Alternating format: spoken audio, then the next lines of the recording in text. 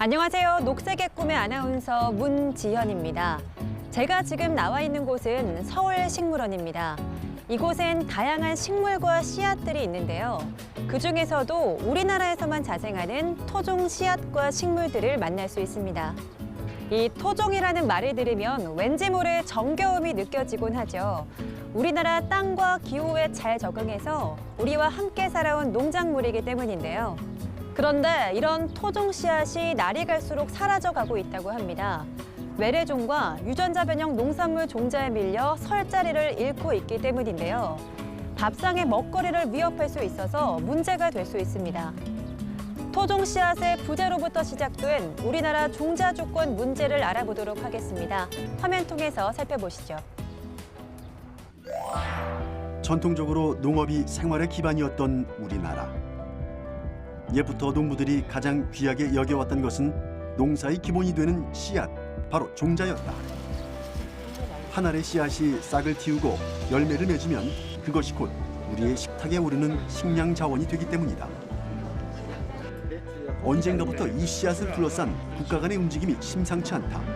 현재 국내 종자 시장의 약 50%를 외국 업체가 점령하고 있다는데. 농촌의 농부들이 이 종자가 전부 그 외국 회사에 지금 매달려 있어요. 농민의 것이어야 할 종자가 타국적 종자 기업에 넘어가면서 생겨난 종자 주권 문제. 종자 전쟁 시대에 토종 종자를 지키고 잃어버린 종자 주권을 되찾기 위해 부지런히 노력하는 사람들의 얘기를 들어본다.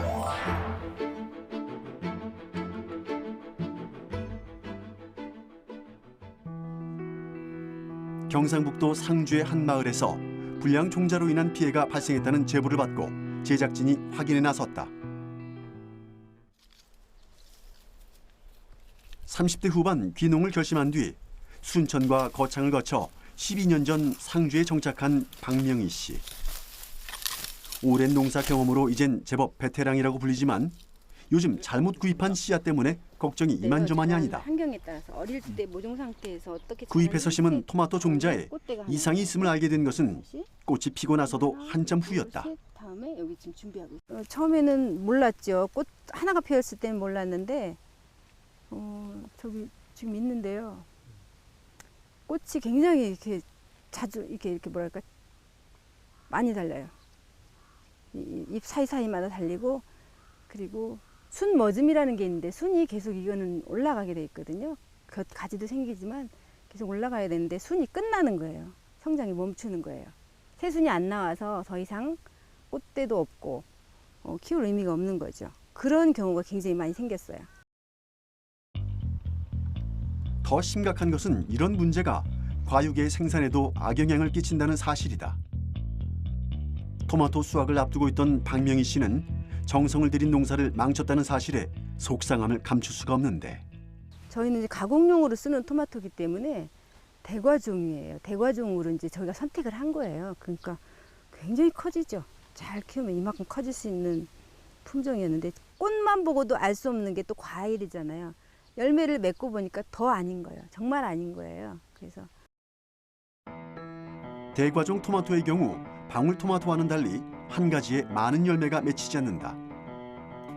하지만 이번에 구입한 종자는 대과종임에도 불구하고 한 가지에 많은 열매가 맺혔다. 그러니 토마토의 크기도 작고 맛도 덜하다.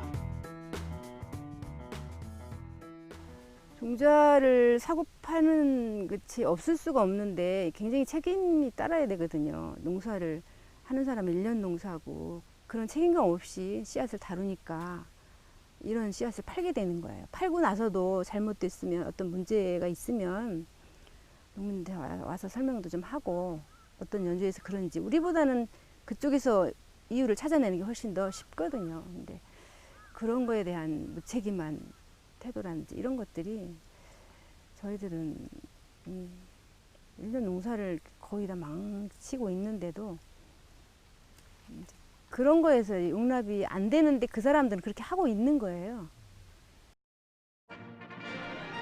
옛날 우리나라 농부들은 한 해 수확해서 거둔 작물의 씨앗을 직접 채종하고 말려서 보관해왔다. 그리고 이듬해 그 씨앗을 다시 논과 밭에 뿌려서 작물을 생산해냈다. 그렇기 때문에 잘못된 씨앗으로 인해 농사를 망치는 경우는 없었다. 하지만 요즘은 많은 농부들이 종자를 구입해서 농사를 짓고 있다. 구입된 종자는 어디서 어떤 경로를 통해 내 손에 들어왔는지 확인하기 쉽지 않다. 결국 문제 해결책은 씨앗을 판매하고 만들어내는 기업들이 쥐고 있는 것이다. 그렇다면 왜 농부들은 종자를 채종하지 않고 구입하게 됐을까? 종자를 심고 가꾸기 시작하면서 정착 생활하게 된 인류 문명은 급격하게 발달하기 시작했다. 하지만 인구의 기하급수적인 증가와 피할 수 없는 자연재해는 식량난의 위기를 가져왔다. 이것을 극복하기 위해서는 보다 생산성이 높고 자연재해에도 강한 종자가 필요했다. 그렇게 발달하게 된 작물 육종 기술. 더 나아가 유전자 재조합 기술이 종자 개량에 도입되면서 생산량이 획기적으로 증가하는 등 농업 분야에서도 엄청난 변화를 가져왔다. 유전자 재조합 기술이란 어떤 생물로부터 목적하는 유용한 유전자를 취하고 이를 품종 개량하고자 농작물 등의 세포에 삽입하여 그 유전자가 기능을 발휘하도록 하는 기술을 의미한다. 우리는 농작물을 개량하려고 그동안 과학자들이 많이 연구를 해왔습니다. 그런데 일반 전통적인 육종 방법으로는 그 육종 기술의 한계가 있어서 우리가 개발할 수 있는 농작물의 품질이나 생산성 이런 것들이 다 정해져 있어요. 그래서 그런 우리 한계를 뛰어넘기 위해서 개발된 것이 GM 기술이죠. 이 GM 기술을 통해서 과거에 이용하지 못했던 우리가 원하는 그런 목표 형질들을 그 유전자를 변형시켜서 들여옴으로써 우리가 새로운 품종을 만들 때, 신형질 작물을 만들 때 그 영역을 넓힐 수 있었던 것이죠. 예를 들어 기존의 옥수수에 살충 효과가 있는 유전인자를 접목하면 병충해에 강한 옥수수종을 만들 수 있다. 그럴 경우 특별히 관리하지 않아도 옥수수의 수확량을 늘릴 수 있다. 그렇다면 육종 개량과 유전자 변형 기술의 차이는 무엇일까? 우리가 흔히 볼 수 있는 방울토마토나 자색 고구마, 씨 없는 수박 등은 다른 생물체의 유전자를 인위적으로 도입하지 않은 전통 육종을 통해 만들어진 작물이다. 하지만 유전자 재조합 기술의 경우는 다른 종의 유전자를 가져올 수 있다. 병충해에 강하고 맛 좋은 벼를 생산하는 데 있어서 다른 종인 배추에서 그 유전자를 가져오는 방식이다. 계속 발전하고 있는 과학기술 덕분에 현대사회는 더 튼튼하고 영양 성분이 풍부한 작물의 씨앗을 만드는 데 성공했습니다. 하지만 이렇게 만들어진 씨앗이 제대로 관리되지 못한다면 그 피해는 과연 누구한테 갈까요? 고스란히 농부들에게 돌아간다고 합니다. 요즘 우리 농촌에서는 대부분의 씨앗을 구매해서 농사를 짓기 때문입니다. 더 안타까운 점은 국내 씨앗 시장, 즉 종자 시장이 외국 자본에 잠식된 지 오래라는 사실입니다. 거대 다국적 기업들이 자본력과 기술력을 바탕으로 우리 종자를 사들였기 때문인데요. 당연히 우리 건 줄만 알았던 청양고추 역시 외국에 로열티를 주고 구매해야 합니다. 도대체 왜 이런 일들이 일어난 걸까요? 흔들리는 종자 주권의 현실 한번 알아보도록 하겠습니다. 우리나라 종자 시장이 흔들리기 시작한 것은 90년대 말에 닥친 외환 위기가 한몫했다. 국가 경제가 흔들리면서 우리나라의 많은 종자 회사들이 다국적 기업에 인수되거나 합병된 것이다. 종자 회사가 보유하고 있던 한국의 토종 종자들은 다국적 기업의 소유가 됐다. 1990년대까지만 해도 국내에는 건실한 종자 업체가 꽤 많았다. 하지만 1997년 IMF 외환 위기 당시 자본력이 취약한 우리 기업들은 글로벌 종자 업체에 줄줄이 팔려나갔다. 국내 5대 종자 기업 가운데 무려 4곳이 글로벌 거대 종자 기업의 먹잇감이 됐다. 사실상 종자 주권을 상실한 상태가 되어버린 것이다. 농촌진흥청의 자료에 따르면 외국계 종자 기업의 국내 시장 점유율은 외환 위기 전 14%에 불과했다. 하지만 외환 위기 이후 국내 업체의 국내 시장 점유율은 35%까지 뚝 떨어졌다. 종자 산업의 중요성을 뒤늦게 깨닫고 정부와 기업의 노력 끝에 2016년에는 국내 업체의 시장 점유율이 약 50% 정도로 늘어났다. 그러나 그 이후 로열티 문제는 심각했다. 농촌진흥청에 따르면 2014년부터 2018년까지 최근 5년 동안 우리나라가 해외 국가에 지출한 종자 로열티는 약 590억 원에 달한다. 같은 기간 우리나라가 벌어들인 종자 로열티는 약 15억 원으로 로열티 지출액의 2.6%에 불과했다. 한 알의 종자가 세계를 바꾼다는 말을 뒷받침이라도 하듯 세계는 지금 고부가가치의 종자를 확보하기 위해서 치열한 격전을 벌이고 있다. 이게 그 누르면 그렇게 돼요? 이른바 총성 없는 종자 전쟁 시대가 열린 것이다.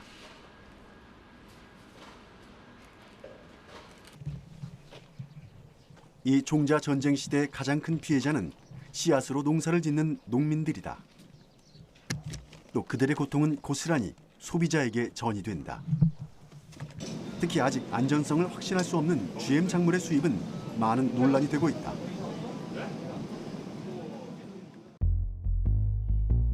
자연의 흐름을 거스른 유전자 변형 기술로 태어난 작물, 그리고 그것을 재료로 만든 식품들, 과연 이 GMO를 먹어도 우리 몸에는 이상이 없을까? 안전성을 둘러싼 논란은 아직도 진행 중이다.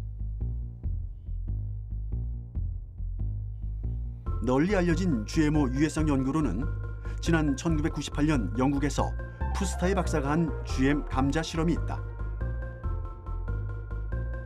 쥐에게 유전자 조작 감자를 먹이자 거의 모든 장기의 중량이 감소했고 90일간 먹은 쥐는 간 기능, 면역 기능이 저하됐다.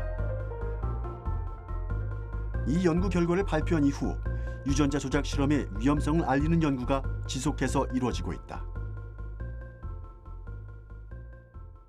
다양한 쥐 실험들이 전부 다가 어쨌든지 간에 이상이 발견된다는 거예요. 근데 어떻게 실험을 하면 발견이 안 되는 경우도 있어요. 그래서 뭐 안전하다고 주장하는 사람들도 있고. 하지만 어떻게 실험을 하면 발견이 된다라는 거죠. 근데 이걸 어떤 실험이 옳다 그르다를 떠나서 분명히 GMO를 먹여가지고 실험 결과를 본 거는 맞다는 거죠. 근데 그래서 GMO를 먹여서 실험 결과를 봤는데 쥐가 그런 영향이 왔더라 라고 한다면 사람에게도 그 영향이 오지 않는다라는 보장은 없다는 거예요. 푸스타이 박사는 실험 발표 이틀 뒤 실험 설계가 잘못됐다는 이유로 해고됐다. 그러나 2006년 13개국 과학자 22명이 푸스타이 박사의 실험을 재현하여 공개적으로 지지했고 얼마 후 GM 감자는 시장에서 퇴출당했다. GMO를 연구하시는 분들도 사실은 이제 그 목적한 유전자를 다른 생물체에 집어넣는데 이 유전자가 그 생물체 유전자에 어디에서 들어가서 작동을 하는지는 정확하게 잘 몰라요. 그러면은 이것이 다른 방식의 작동을 하게 된다면 그걸 막을 수가 없게 되는 문제가 있고요. GMO의 위험성을 경고하는 연구들이 늘어나면서 유럽연합 19개국 등을 포함해 GMO 재배와 이를 원료로 한 식품을 법으로 엄격하게 금지하는 나라들이 늘고 있다. 미국 오리건주 밀밭에서 승인되지 않은 유전자 조작 밀이 발견됐을 때도 미국 농무부는 즉각 조사에 들어갔다. 재배가 금지된 종자가 유출된 경위를 철저하게 조사한 것이다. 결국 미 거대 농업기업 몬산토가 개발한 것으로 확인되며 수습에 들어갔다. 이처럼 먹거리 문제는 세계인들 모두가 민감하다. 지난해 러시아 의회는 GMO를 재배, 반입, 또 거래하는 자를 테러리스트로 처벌하겠다고 입법했고 헝가리는 600헥타르에 달하는 GMO 옥수수밭을 불태울 정도로 단호한 태도를 보였다. 이게 뭐 누구나 다 연구 개발을 하고 있는 건 아니고요. 근데 이거를 연구 개발에 굉장히 애를 쓰는 기업, 그러니까 연구 개발에 엄청난 지원을 하고 막 하는 그런 기업이나 국가들의 특징은 뭐냐면 농업을 인류의 생존권, 국민의 생존권의 측면에서 접근하는 게 아니라 농업을 돈벌이 산업으로 생각하는 거죠. GM 작물에 대한 문제는 요즘 우리나라에서도 뜨거운 감자입니다. 식품의약품안전처는 올해 2월 이 GM 감자의 수입을 승인하겠다고 밝혔는데요. 하지만 소비자들의 불만이 커지면서 승인이 미뤄지고 있는 상황입니다. 논란이 되고 있는 감자는 미국의 한 생산업체가 이 감자를 튀길 때 발생하는 발암 물질을 줄이기 위해 만든 유전자 변형 식품입니다. 개발에 동참했던 미국 연구원이 오히려 유전자 조작으로 독성 물질이 더 많아졌다고 말하면서 논란이 됐습니다. 그런데 이 GM 감자 이전에도 GM 작물들이 포함된 다양한 유전자 조작 식품들이 있었습니다. 우리가 모르고 먹었던 GM 작물, 도대체 어떤 것들이 있었는지 화면 통해서 만나보겠습니다. 평소 먹거리에 대해 관심이 많은 주부 김태현 씨. 저녁 식사를 준비하기 위해 아들과 함께 장을 보러 나왔다. 물건을 고를 때마다 가장 먼저 하는 일은 뒷면의 성분 표시를 꼼꼼히 살피는 일.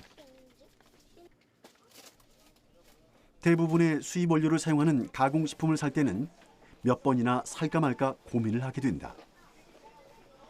먹거리에 대한 불안감이 그만큼 크다는 의미일 텐데. 수입품인데 그 수입품의 원재료가 어떻게 되어 있는지 잘 모르겠어요. 구별이 잘 안 가. 그래서 일단은 의심이 안 가니까 일단 국내산인지 수입산인지 먼저 그거를 보는 게 어떻게 습관처럼 되더라고요. 현재 시중에서 파는 식용유나 간장 등 대부분은 수입 대두를 원료로 하고 있다. 그리고 이 수입 대두는 유전자 재조합 식품일 가능성이 높다. 그래서 김태현 씨는 누구보다 성분의 원산지를 꼼꼼히 따진다. 혼합제, 제도, 다당류 써 있으면은 먹을지 안 먹을지를 선택할 수가 있잖아요. 근데 보통 우리 이런 것도 좋아하거든요.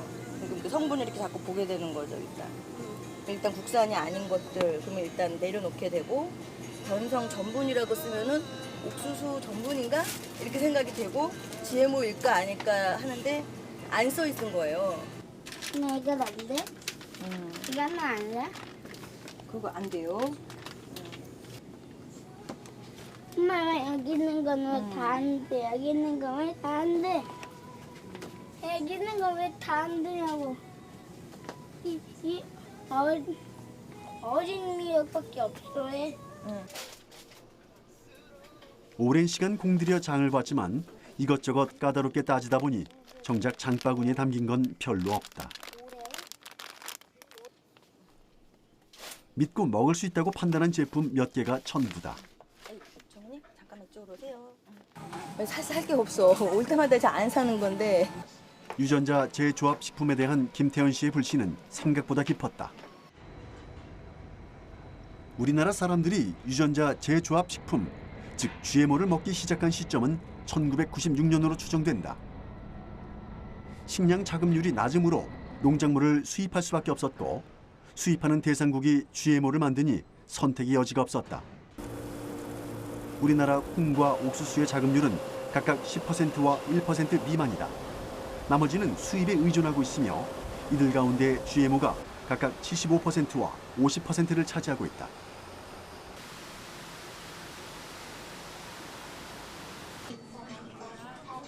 우리 생활 속에 GMO를 피할 수 없다면 국민이 스스로 판단할 수 있도록 알 권리와 선택권을 보장할 필요가 있다. 무엇이 GMO인지 아닌지를 구별할 수 있도록 예외 없이 GMO 원재료 표시가 필요하다는 의미다. 하지만 현재 우리나라는 GMO 표시제가 제대로 시행되지 않아 소비자 자신도 알지 못하는 사이에 GMO를 섭취할 수 있다.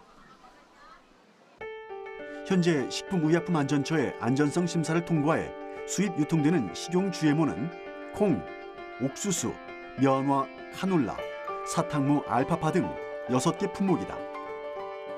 수입 허용된 작물은 GMO 표시를 해야 한다. 그러나 GMO 농산물을 가공해서 식용유 등으로 만들 경우 표기하지 않아도 된다. 쌀 생산량의 절반 정도 되는 GMO가 수입되는데 실제로 소비자들은 그 중에 어떤 게 GMO인지를 확인할 수 있는 방법이 없어요. 왜냐하면 표시되어 있는 게 없기 때문에. 단백질이 파괴되면은 혹은 단백질이 검출되지 않으면 GMO 표시를 하지 않아도 되도록 되어 있기 때문에. 그래서 그 많은 양들이 수입되어서 가공되어서 우리 식품으로 우리 주변에서 팔리고 있는데도 확인할 길이 없죠. 그래서 일반 소비자들이 이게 GMO구나라고 구별해서 이걸 선택할 수 있는 길은 지금 굉장히 어렵습니다. 이미 많은 나라에서는 GMO 완전 표시제를 진행하고 있다. 특히 EU에서는 GMO에 대해 식품, 가공식품, 외식산업, 사료 등의 예외 없는 표시를 시행하고 있다. 그에 비해 우리나라의 GMO 표시 기준은 다소 애매하고 모호하다. 예외 조항도 많아 사실상 유명무실하다는 지적도 있다.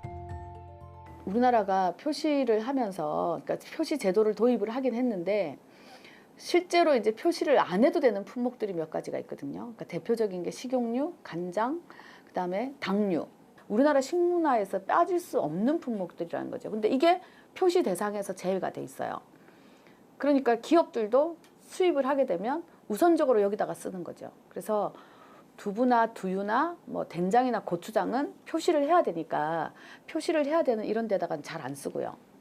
표시를 안 해도 되는 품목에다가 집중해서 쓰는 거죠. 근데 그 품목들이 표시에서 예외로 돼 있고, 그러니까 기업은 기업대로 예외에 편승해서 가는 거고, 정부는 정부대로 그 조항을 개정을 안 하고 가는 거고, 그러니까 소비자들은 모르는 채로 먹는 거고요. 악순환을 하죠. GM 작물을 피할 수 있는 가장 근본적인 방법, 바로 믿을 수 있는 씨앗으로 농작물을 얻는 일이겠죠. 그러기 위해선 토종 씨앗을 확보하는 게 가장 중요한데요.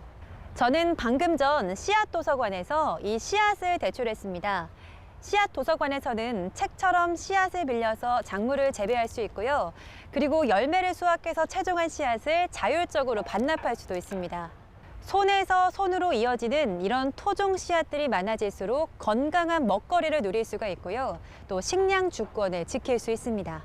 그렇다면 이번에는 토종 씨앗을 발굴하고 제대로 된 종자를 만들기 위해 노력하는 사람들을 만나보겠습니다. 그렇다면 우리의 종자 주권을 되찾기 위해서 어떻게 해야 할까? 이것들이 이 벌보다도 그 해결책을 우리의 토종 종자에서 찾았다는 토종 연구가 안환식 박사를 만났다.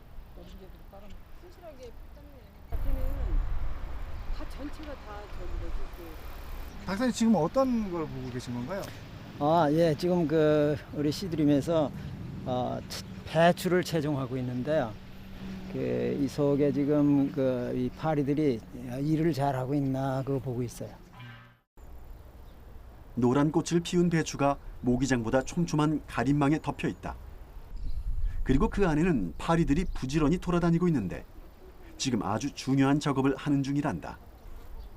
도대체 파리가 어떤 작업을 하고 있는 걸까?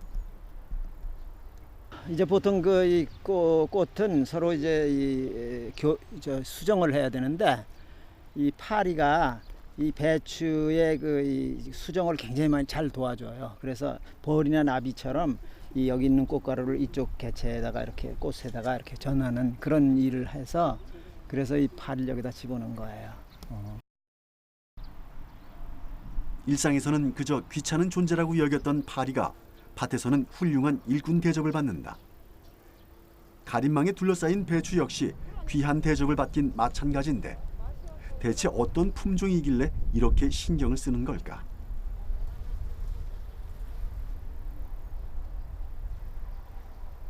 이게 경종 배추라고 그래가지고 조선 배추라고도 하는 우리나라 토종 배추예요. 다른 배추들도 여기 쭉 있는데 개성 배추도 있고 뭐 이렇게 무릉 배추도 있고 이렇게 배추가 있는데 그런 것들이 함께 이렇게 열려져 있으면 서로가 이제 이 꽃가루가 여기 있는 게 글로 가고 글른 게 일로 오고 그러면은 잡종이 돼요. 그래서 그 잡종을 막으려고 이렇게 따로따로 이렇게 막아놓고 있는 거고요. 이 밭에는 토종 종자로 키운 다양한 작물들이 자라고 있다. 모두 안환식 박사가 전국의 농가를 돌아다니면서 수집한 종자들이다. 토종 종자를 모으는 과정에서 사라진 줄 알았던 품종을 발견하는 경우도 있다. 아, 연기력.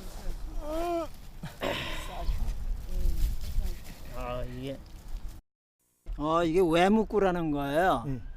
그 옛날에 우리 그 배고픈 시절에 먹고 살아온 그 강원도, 특히 강원도의 산골에 사는 분들이 화전민이나 이런 분들이 이거 배고플 때 먹고 살아왔던 그런 음식이기 때문에 굉장히 중요한 의의를 가지고 있어요. 이게. 토종 종자는 이 땅에서 나고 자랐기 때문에 변화하는 기후 환경에 적응이 빠르다. 또 그 과정에서 우수한 유전 형질을 획득하기 때문에 품종 개발의 열쇠가 된다. 이게 이제 그 내한성이, 그러니까 겨울에 추위에 견디는 힘이 굉장히 좋아요. 그래서 이 강원도의 정선이나 평창 이런 데서도 월동이 돼요. 그래서 이제 이걸 심어놨다가 그 봄에 이제 그 씨도 받고 가을에는 캐서 이제 그 먹기도 하고 이랬던 거예요. 안완식 박사는 2008년 비영리 단체인 토종씨 드림을 설립했다. 전국 농가에 흩어진 토종 종자를 찾아 육중하고 농부들에게 나눠주기 위해서다. 그 결과 1년에 최소 3번, 약 10,000여 점의 작물이 활발히 교환되고 있다. 요즘 아부가 늘었어.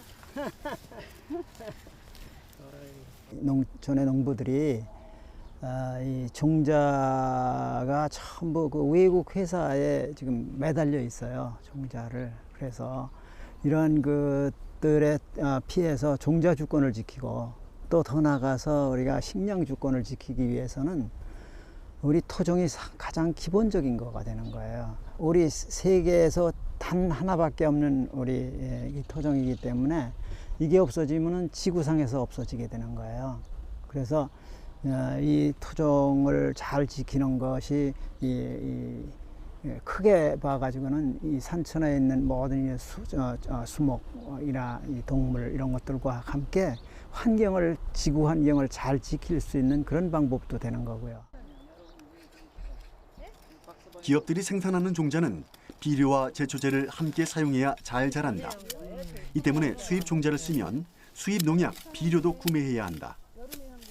반면 토종 종자는 이미 이 땅의 토지, 기후 환경에 잘 적응돼 있기 때문에 비료나 제초제에 대한 의존도도 낮다.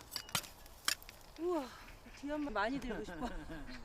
결국 토종 종자를 지키는 것은 곧 우리 농업 전체를 지키는 일인 것이다. 또한 생물 다양성을 지키는 일이기도 하다. 한국에서 토종 종자가 사라진다는 것은 곧 지구상의 생물 중 하나가 멸종하는 일이기 때문이다. 딱 6개요? 이렇게 캐는 나무는 처음 봤어. 우와, 진짜 굵다. 야, 그거 되게 크다. 이거 제일 최고로 큰 거다. 오, 여기 슈아도 달렸어. 이렇게 수확된 종자는 바람이 잘 통하는 그늘에서 충분히 건조시켜야 한다.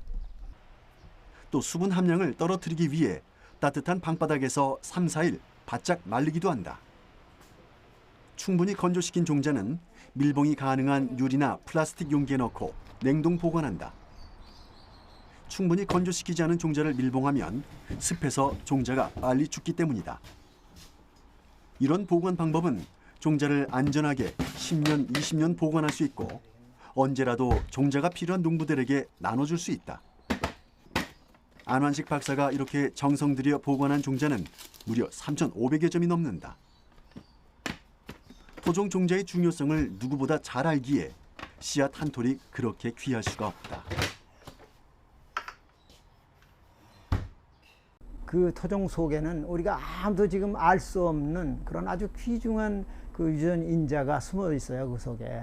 그래서 그 유전 인자는 우리나라의 우리 토종에밖에 없는 거예요. 그렇기 때문에 이걸 잘 개발해서 하면은 정말 귀중한 자원으로서 우리 참 종자 전쟁에 이길 수도 있는 그런 거가 되는 거죠.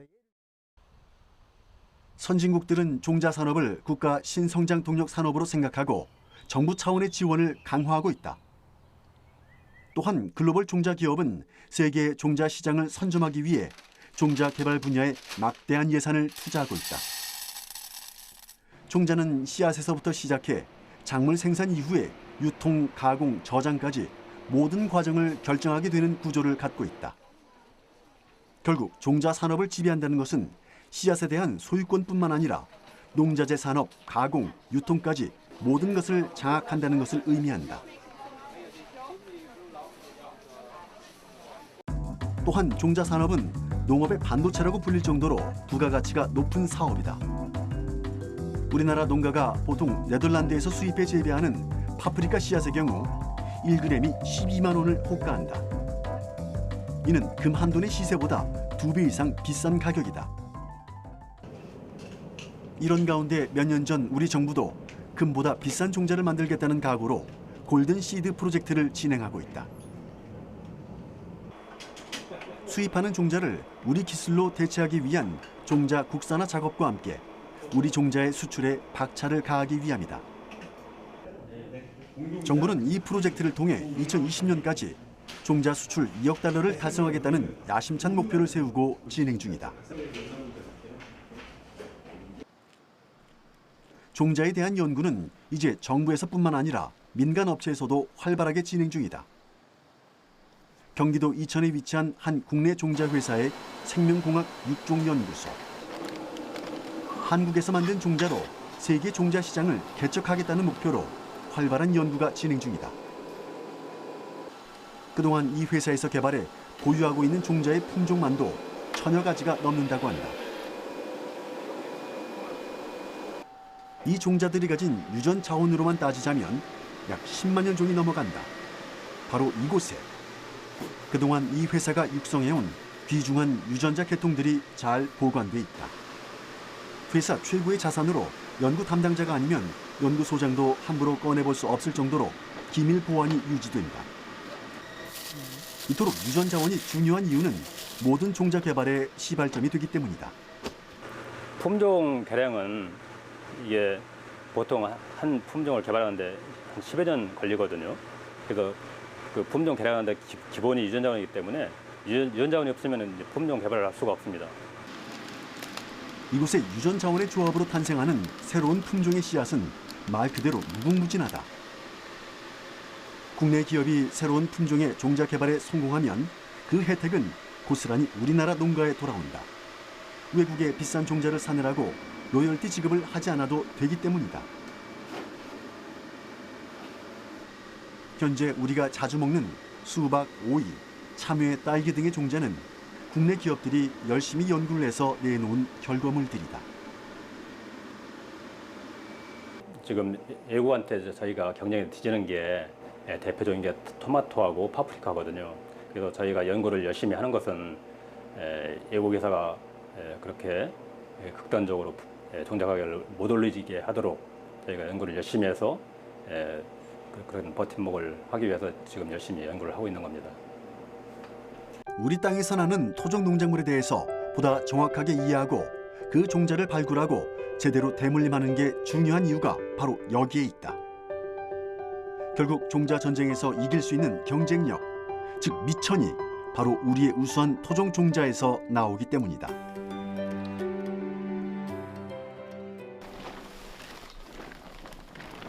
불량 토마토 종자로 피해를 입었던 박명희 씨는 그 누구보다 토종 종자의 중요성을 잘 알고 있는 농부다. 그래서 농사를 지으면서 틈틈이 토종 씨앗을 갈무리한다. 나오는 양이 적어 씨앗만 받아두게 되는 작물도 있지만 그래도 매해 체종을 위해 따로 씨앗을 심는다. 통파종을 해야 되는데요. 밭에다 직접 심으면 나도 좋고 다 좋은데 비가 안 온다든지 뭐 그런 일정상 좀 힘들 때 하고, 요즘에는 새들이, 특히 비둘기들이 이 콩을 안 남겨요. 떡잎이 막 올라올 때 그때 너무 다 먹어치우니까 예전에 했던 말들이 다 무색해지는 거예요. 새알 심어서 새 하나, 짐승 하나, 나 하나 먹는 게 안 되는 거예요. 그래서 싹을 내서 이제 모종을 키워서 밭에다 내야 제가 채종할 수 있는 씨앗이 생기더라고요. 그래서 지금 파종하려고 그런 겁니다. 박명희 씨가 처음 토종 씨앗에 관심을 갖게 된 이유는 스스로를 위해서였다고 한다. 다양한 채소를 심어서 먹고 싶었는데 씨앗을 구하기가 쉽지 않았고 종묘상에서 구입한 씨앗은 한두 해를 넘지 못했다. 그렇게 하나 둘씩 모으고 채종하기 시작한 씨앗들. 물론 훨씬 더 바빠지긴 했다. 많이 하거나 이제 어디서든지 살 수 있는 종자다 그러면 이렇게 안 하겠죠. 이게 일이 많아지거든요. 키워서 키울 동안도 물을 계속 줘야죠. 하루에 2번 정도 주죠. 또 키운 다음에 언제 심어야 될지 계속 시기를 맞춰서 안 오면 물 주고라도 심어야 되니까 굉장히 일이 많아지는 거죠. 채종할 거 아니면서 이렇게 안 하겠어요. 한 작물을 많이 짓는 게 아니라 많은 작물을 적게 짓는 것. 그것이 토종 씨앗을 살리고 땅을 살리는 방법이라고 믿는다는 박명희 씨. 어찌 보면 농사 짓는 밭이 아니라 농업연구실이라고 해도 믿을 만큼 다양한 작물들이 심어져 있다.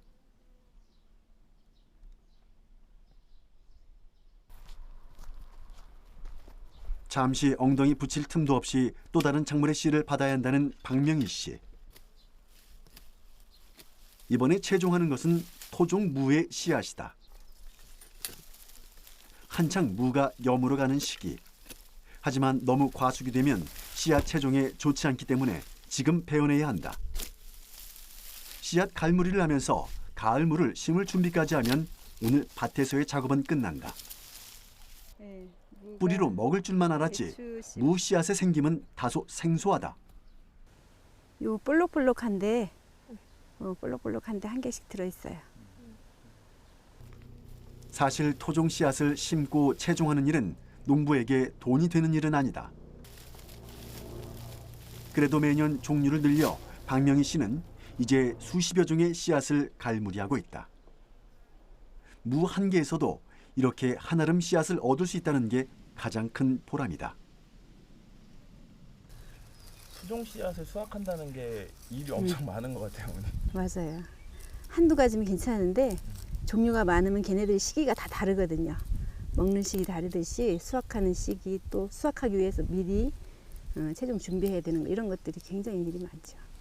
근데도 하시는 게 힘들기만 하진 않아요. 그 일 자체가 재밌기도 해요. 그리고 이제 막 상상을 하죠. 어떻게 새로운 또 씨앗 나왔을 때는 얘가 어떻게 맺힐까? 어떤 과정을 거칠까? 이런 상상을 하면 그렇게 어렵지만은 않아요. 제주도 구억리에서 채집했다는 구억 배추의 종자. 속이 꽉 차서 김장용으로 쓰면 좋다고 한다.